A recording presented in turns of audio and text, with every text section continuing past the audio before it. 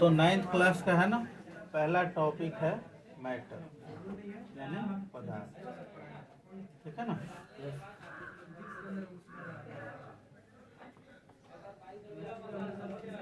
सभी लोग ध्यान दीजिए, पदार्थ किसे कहते हैं। तो इस धरती पर है ना, जितने भी कण हैं, ठीक है, जितने भी चीजें हैं जिनका द्रव्यमान है, ठीक है ना, द्रव्यमान है, साथ ही साथ स्थान घेरती हो, है ना, अपने अवस्था में बदलाव का विरोध करती हो, उसे हम क्या कहते हैं? पदार्थ।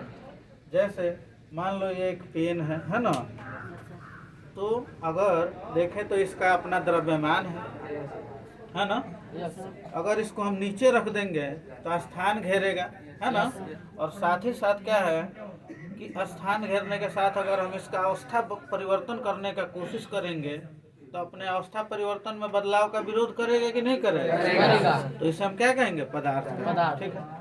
तो देखो, जैसा कि हम जानते हैं कि पदार्थ जो है, इससे जो है बहुत सारी चीज़ें बन, जैसे ये आप देख रहे हैं, जैसे कि ये लकड़ी है, ये भी पदार्थ से बना है, ठीक है ना।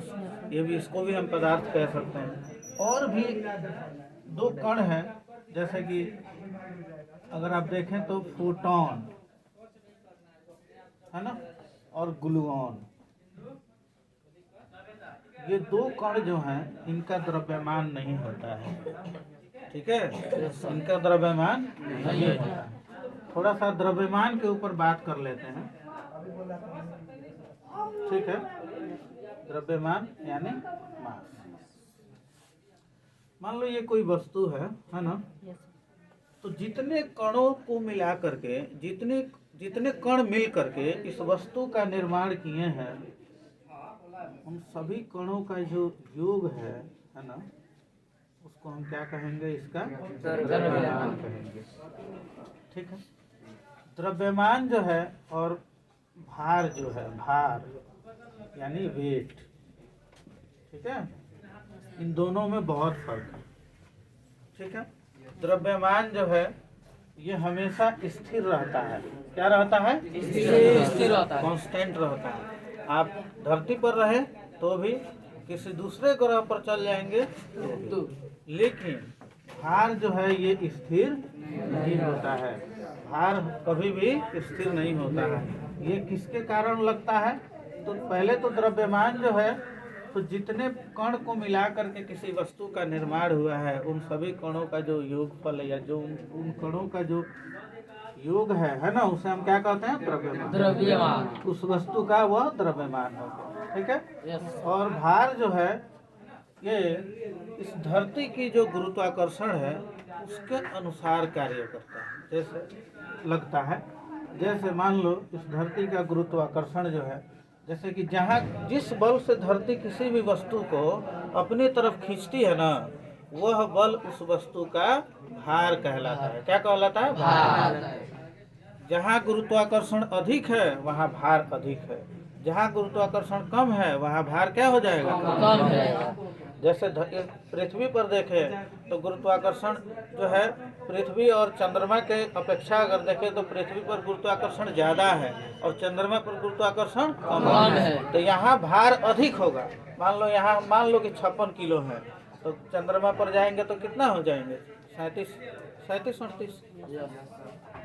इसी के आस तो क्या होगा कि जैसे जैसे हम, ठीक है ना, जैसे जैसे हम मतलब अपना जगह पोजीशन चेंज करते हैं इस धरती पर नहीं, ठीक है, इस धरती को छोड़ करके किसी और जगह पे या किसी और ग्रह पे, ठीक है ना, जहाँ पे गुरुत्वाकर्षण का अलग अलग प्रभाव हो, तो जैसे इस धरती पर जो है जिस बल से धरती किसी भी वस्तु को अपनी तरफ खींच रही है, वह बल उस वस्तु का क्या है? भार है। और अगर दूसरे ग्रह पर चल जाएंगे तो वहाँ जितना गुरुत्वाकर्षण लगेगा तो उतना भार हो जाएगा, तो भार घटते बढ़ता रहता है। लेकिन द्रव्यमान क्या रहता है? स्थिर रहता है, समान रहता है। तो सबसे पहले बात करते हैं कि किसी भी वस्तु में मास यानी द्रव्यमान का निर्माण क्यों होता है? द्रव्यमान का निर्माण क्यों होता है? मान लो अगर इसमें द्रव्यमान है तो क्यों है? इनमें द्रव्यमान फोटोन में, ग्लूऑन में नहीं है, ठीक है ना। तो द्रव्यमान है तो क्यों? तो सबसे पहले इसके ऊपर बात करते हैं। तो ये कहानी है 1964 की और नाम था पीटर हिग्स। पीटर हिग्स ये साइंटिस्ट है, पीटर हिग्स। ये आए और इन्होंने कहा कि इस धरती पर जो है, इस ब्रह्मांड में, यूनिवर्स में, धरती पर नहीं, यूनिवर्स में क्या है कि हिग्स फील्ड है। क्या क्या कहा इन्होंने? यूनिवर्स में, ब्रह्मांड में हिग्स फील्ड है और कोई भी पार्टिकल, कोई भी कण जब इस हिग्स फील्ड से टकराता है, हिग्स फील्ड से इंटरेक्ट करता है, तो उस वस्तु में भार आ जाता है, द्रव्यमान आ जाता है। उस वस्तु में द्रव्यमान का निर्माण हो जाता है। ठीक है, जैसे मान लो ये फोटोन का कण है, मान लो, और ये जो है क्वार्क का कण है। क्वार्क से बनता है प्रोटॉन और न्यूट्रॉन। ठीक है, और न्यूट्रॉन, प्रोटॉन और इलेक्ट्रॉन से बनता है परमाणु, एटम से बनता है अणु, मॉलिक्यूल्स, मॉलिक्यूल से बनता है पदार्थ, और पदार्थ से बनता है बहुत सारी चीजें। ठीक है, तो जो देख रहे हैं ये कण जो है फोटोन का है, और ये कण मान लो हम क्वार्क का मान लो। तो ये कण अगर हम इसमें से गुजारेंगे तो सीधे गुजर जाएगा कि नहीं? कहीं लड़ेगा? कहीं एक दूसरे से टकराएगा? तो इसमें द्रव्यमान आने का कोई चांस है? तो इसी तरह फोटोन का जो कण होता है बहुत छोटा होता है, और फोटोन का कण छोटा होने के साथ साथ ये हिग्स फील्ड से इंटरेक्ट नहीं करता है, हिग्स फील्ड से टकराता नहीं है, इसलिए इसमें द्रव्यमान नहीं आता है, द्रव्यमान होता नहीं। मान लो हम लाइट ले ले, टॉर्च, और किसी के ऊपर इतना मोटा टॉर्च जला देंगे, तो जलाएंगे तो जा करके टॉर्च का रोशनी उसको धक्का दे देगा? धक्का देगा? अगर उसमें द्रव्यमान रहता ना तो आता तो क्या लगता? धक्का लगता, इंटरेक्शन होता। ठीक है, तो यहाँ पर कोई इंटरेक्शन नहीं है। फोटोन जो प्रकाश का सबसे सूक्ष्म कण है, फोटोन प्रकाश का, ठीक है ना, तो फोटोन में द्रव्यमान का बिल्कुल द्रव्यमान नहीं होता है और ये मास रहित होता है। और अगर देखें तो फोटोन हिग्स फील्ड से बिल्कुल भी इंटरेक्ट नहीं करता है, टकराता नहीं है। तो फोटोन जो है हिग्स फील्ड से नहीं टकराता है, तो फोटोन में द्रव्यमान नहीं है। लेकिन अगर मान लो कि हम कोई बड़ा पार्टिकल अगर ले ले, इस फील्ड से पार कराए, तो क्या होगा? ऐसे ऐसे टकराते हुए पार करेगा कि नहीं करेगा? तो उस पार्टिकल में क्या आ जाएगा? द्रव्यमान आ जाएगा। तो ये पीटर हिग्स ने कहा था, है ना, कि द्रव्यमान जो है ये हिग्स फील्ड के कारण आता है, और हिग्स फील्ड हमारे यूनिवर्स में है, और इसी हिग्स फील्ड के कारण किसी भी कण में द्रव्यमान आता है। जब कोई भी कण इस हिग्स फील्ड से टकराता है, इंटरेक्ट होता है, तो उसमें द्रव्यमान की अनुभूति होती है। समझ गए? तो द्रव्यमान है ना, भार, पहले तो द्रव्यमान बता दिए, है ना, किसे कहते हैं, भार किसे कहते हैं। द्रव्यमान जो है ये कैसे किसी वस्तु में आता है? स्थिर रहता है। स्थिर क्यों रहता है? तो मान लो ये एक जो वस्तु है, इसमें जितने कणों को मिला करके इस वस्तु का निर्माण हुआ है, वह कणों का योगफल इसका क्या हुआ? द्रव्यमान। अब मान लो कि ये अगर वस्तु हम कहीं भी लेके चल जाएंगे तो इसके कण कम हो जाएगा? इसका कण कम होगा? नहीं होगा। तो ये क्या होगा? इसका द्रव्यमान कम होगा? नहीं होगा। द्रव्यमान क्या रहेगा? स्थिर रहेगा हमेशा। ठीक है, तो यहाँ देख लीजिए ये द्रव्यमान का है और ये भार का टॉपिक था। अब थोड़ा बात करते हैं पदार्थ की भौतिक अवस्थाओं के बारे में। ठीक है,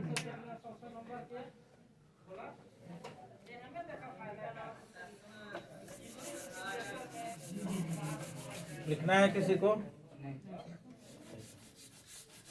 चलो,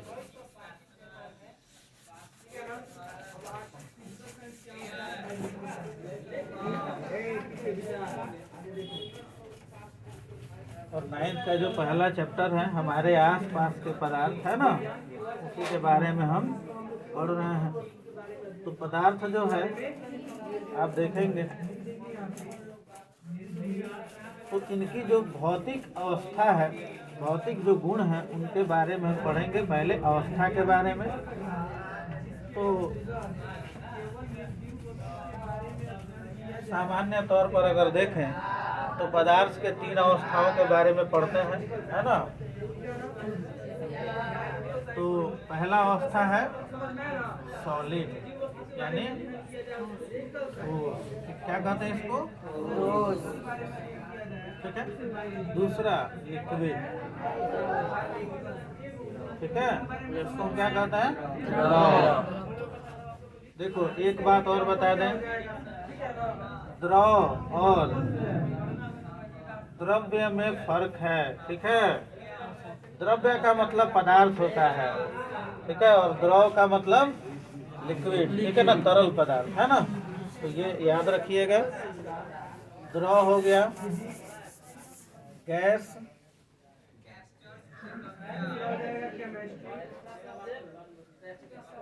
ठीक है। तो सबसे पहले ध्यान दीजिए सभी लोग, ठोस जो है ये 2 प्रकार का होता है, ठीक है। एक होता है क्रिस्टलीय ठोस, ठीक है ना, इसको हम कहते हैं क्रिस्टलाइन सॉलिड, क्रिस्टलीय ठोस।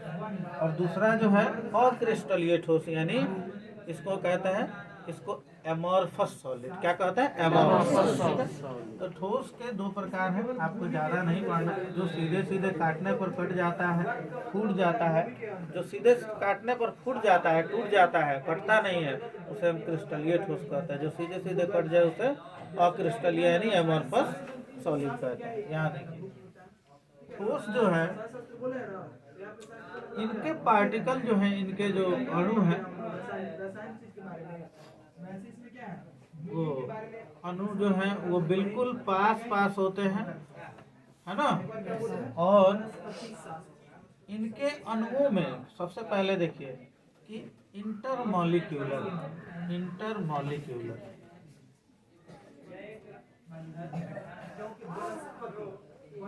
इंटरमॉलिक्यूलर का मतलब होता है अंतर आणविक, यानी 2 अणुओं के मध्य का, ठीक है, 2 अणुओं के बीच का, ये वाला इंटरमॉलिक्यूलर जो फोर्स होता है, यानी अंतर आणविक जो बल होता है वो बहुत ज्यादा होता है ठोस के अंदर, ठीक है।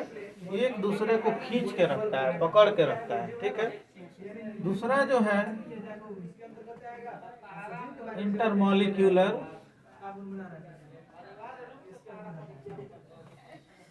जो गैप होता है, गैप जानते हैं, जो रिक्त स्थान। तो 2 अणुओं के मध्य जो रिक्त स्थान होता है ना, इसमें, हाँ, उसी को गैप कहते हैं, इंटरमॉलिक्यूलर गैप, ठीक है ना, अंतराण्विक जो रिक्त स्थान है। तो इसमें जो है बहुत ही कम होता है, लेस, यानी कम हो, ना के बराबर होता है। क्या कहेंगे इसको, ना के बराबर।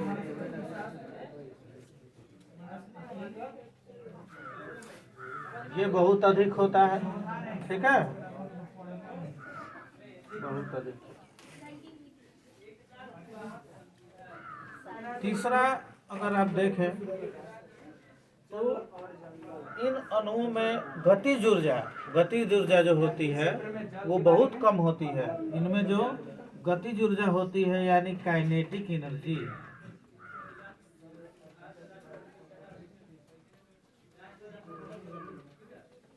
गतिज ऊर्जा इनके अणुओं में बहुत कम होती है। अगर चौथे की बात की जाए, गतिज ऊर्जा के साथ साथ जो है इनमें कंपन गति पाई जाती है। कौन सी गति पाई जाती है, कंपन गति पाई जाती है, ठीक है। तो ठीक है, तो पदार्थ की जो भौतिक अवस्था है ना, ठोस, द्रव और गैस, इसके बारे में सबसे पहले ठोस के बारे में देखते हैं। ठोस 2 प्रकार का होता है, एक क्रिस्टलीय और एक अक्रिस्टलीय, ठीक है।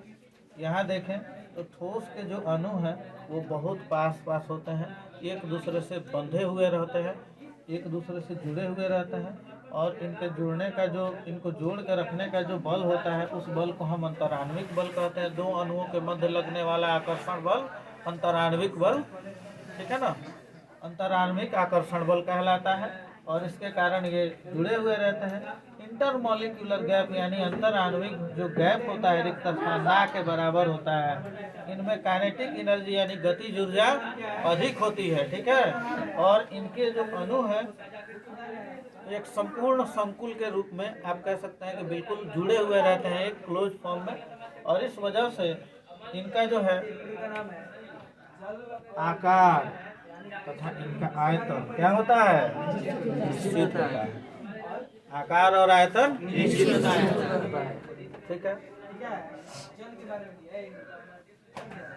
याद रखिए इनका आकार और आयतन निश्चित। लेकिन द्रव की अगर बात करें तो द्रव की जो अणुएं हैं उन अणुओं के बीच जो है सामान्य तौर पर थोड़ा गैप रहता है। क्या रहता है, रिक्त स्थान रहता है, ठीक है, रिक्त स्थान रहता है।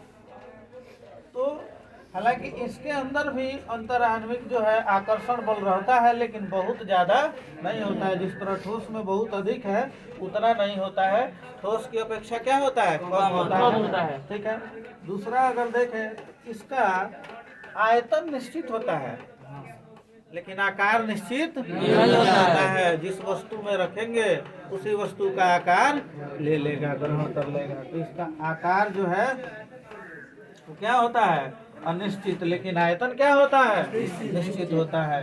इनके अंदर जो गतिज ऊर्जा होती है इन अणुओं के, वो गतिज ऊर्जा ठोस के अणुओं की अपेक्षा बहुत अधिक होती है, ठीक है।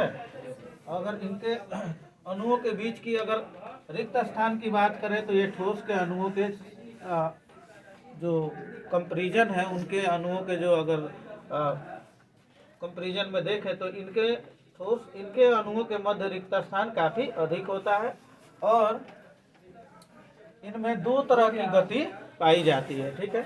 यहाँ जो है इनका आकार बता दिए ना, निश्चित होता है, और आयतन क्या होता है, निश्चित होता है। लेकिन गैस के अणुएं जो है ना, वो बहुत, ठीक है, दूर दूर होती है, बहुत दूर दूर। तो बहुत दूर दूर होने के कारण क्या है कि इन अणुओं में गतिज ऊर्जा बहुत अधिक होती है। क्या होता है, बहुत अधिक गतिज ऊर्जा होती है। दूसरी क्या है कि इनके बीच में जो अंतराण्विक आकर्षण बल है वो काफी कम होता है, ना के बराबर होता है, ठीक है। गैस के अणुएं जो है रैंडमली जो है हमेशा गति में रहती है, चारों तरफ घूमती रहती हैं। और अगर इसका देखें तो हम इसको खुली वस्तु में रखकर नाप लेंगे, गैस को नहीं नापेंगे, तो इसका आयतन भी अनिश्चित होता है और इसका आकार भी अनिश्चित होता है, ठीक है। तो याद रखिएगा, मान लो अगर किसी सिलेंडर के अंदर अगर एक लीटर भी गैस रहता है ना, तो वो गैस हम ऊपर के भाल से निकाल लेते हैं, निकल जाता है कि नहीं निकल जाता है। क्यों, गैस की अणुएं चारों तरफ गति करती हैं और चारों तरफ दाब आरोपित करती हैं, ठीक है, ये चारों तरफ। इसके वजह से हम इनको कहीं से भी निकाल सकते हैं। इनके अंदर गतिज ऊर्जा काफी अधिक होती है। गतिज ऊर्जा होने के कारण और इनके बीच में जो अंतराण्विक जो गैप है, इंटरमॉलिक्यूलर अगर देखें गैप जो है वो बहुत अधिक है, और इनके अंदर जो अंतराण्विक आकर्षण बल है वो काफी कम होता है, ना के बराबर, और इनकी आयतन और आकार दोनों अनिश्चित होते हैं। ये तीन अवस्थाएं हैं। इसके बाद दो अवस्थाओं के बारे में और पढ़ना है, एक होता है प्लाज्मा और एक होता है बीज। तो पहले इन अवस्थाओं का जो है हम ये देखेंगे, प्लाज्मा और बीज में एक प्लाज्मा अवस्था होता है जो बहुत ही उच्च तापमान पर देखने को मिलता है, और एक बीज अवस्था होता है बोस-आइंस्टाइन कंडेंसेट, ठीक है ना। तो जिसके बारे में सत्येंद्र नाथ बोस भारतीय साइंटिस्ट 1920 में जो है उसके बारे में बताए थे, अल्बर्ट आइंस्टाइन थे, ठीक है। तो इसलिए उन्हीं के नाम पर रखा गया उसको, बोस, सत्येंद्र नाथ बोस का, आइंस्टाइन का, बोस आइंस्टाइन कंडेंसेट यानी BEC, ठीक है ना, याद रखिए। इधर पहले देखते हैं ठोस से पहले इन अवस्थाओं का जो है बदलाव कैसे होता है। इनमें एक चीज और आप देख लीजिए, ठोस में ठोस का विसरण विसरण का जो दर होता है इसका कम होता है, इसका विसरण का दर इससे ज़्यादा होता है, इसका विसरण का दर क्या होता है, इससे भी ज़्यादा होता है। ठीक है, अभी परफ्यूम लेकर के अगर हवा में ऐसे मार दें, थोड़ा 2 सेकंड के बाद पता नहीं चलेगा परफ्यूम किधर गया, पता चलेगा? तुरंत गैस गैस में क्या हो जाएगा, विचलित हो जाएगा, विलीन हो जाएगा। ठीक है, इस तरह से तो याद रखिएगा, इनका लिखना है तो लिख लीजिए, उतार लीजिए। ठीक है।